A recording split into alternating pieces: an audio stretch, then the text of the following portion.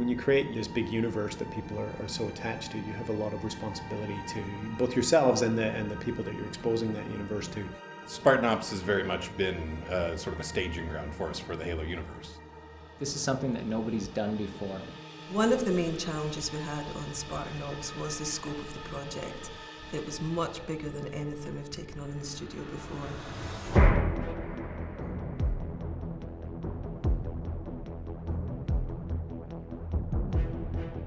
We had a lot of ambition for what we wanted to do with Spartan Ops. It was a lot of fun in that, it wasn't something that we'd seen before, so let's hope it works. And there was a lot of, hey, if we're going to be the first ones to do this, let's make sure we do it right. We found that the Halo community in particular has always enjoyed co-op and always enjoyed that social experience. And so the question for us was, how do you take some of those co-op experiences that have been around in the past in Halo and sort of give them a new spin? And we looked at what our fans wanted when they played co-op in the previous Halo titles, and we really wanted to find a way to incorporate that in the vision of Spartan Ops. We sort of drew a lot of inspiration from where Halo had been in the past with the campaign experience as well as Firefight. Really the only complaints we ever got was that there was no narrative structure in the Firefight mode.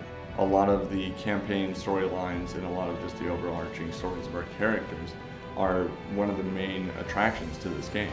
Literally more than 50% of our audience only really cares about campaign and story.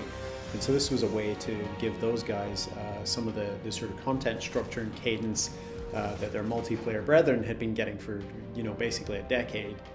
One big thing we want to do is make the Halo universe even bigger for gamers.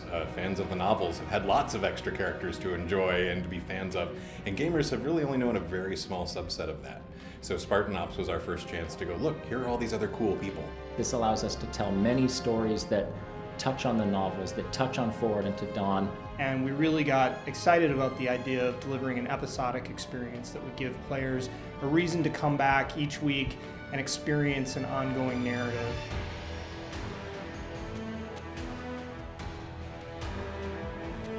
Axis is a animation studio in Glasgow, and they're responsible for a lot of game trailers you see out there. One of the decisions in going with Axis Animation was our partner on the Spartan Ops series was really seeing the passion that they brought to the material and the fact that we both had this shared vision, sometimes kind of a crazy vision of what we were trying to create on a relatively compressed time frame. It's been really exciting to see them adapt very, very quickly to some of the work they're getting downstream from us, and I think they took it and owned it. The relationship is fantastic. We did a great job.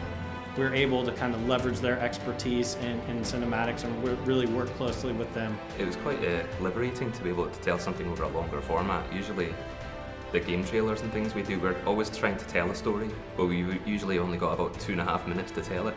They understood what we were looking for at a very sort of deep, visceral level. There was a real synergy there between our two teams. We just kind of thought alike and creatively we were on the same page, and so it just made the partnership feel very natural. This project is just the biggest thing we've ever done. It meant that we had to come at it in a very unique way. They're able to bring a special something to the process that enhances it and makes it more than the sum of its parts. It got to the point where we felt that we could really trust Axis and the creative decisions that they were making and driving in some of the aspects of the show. I think it's quite a bold move on their part to actually do something more like a TV season. We're building the components and then literally airing them even as the rest of the series is being completed. This is a relatively untraveled path in the game industry. I think the episodes were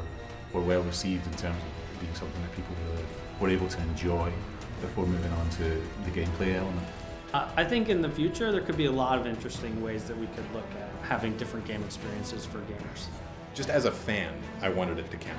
I wanted a reason to come back, and that reward of moving the universe forward was a big part of that. You are going to see characters returning, you are going to see characters have really meaningful impact on the universe, and we're not going to sort of ring-fence stories and locations in the way that we have in the past.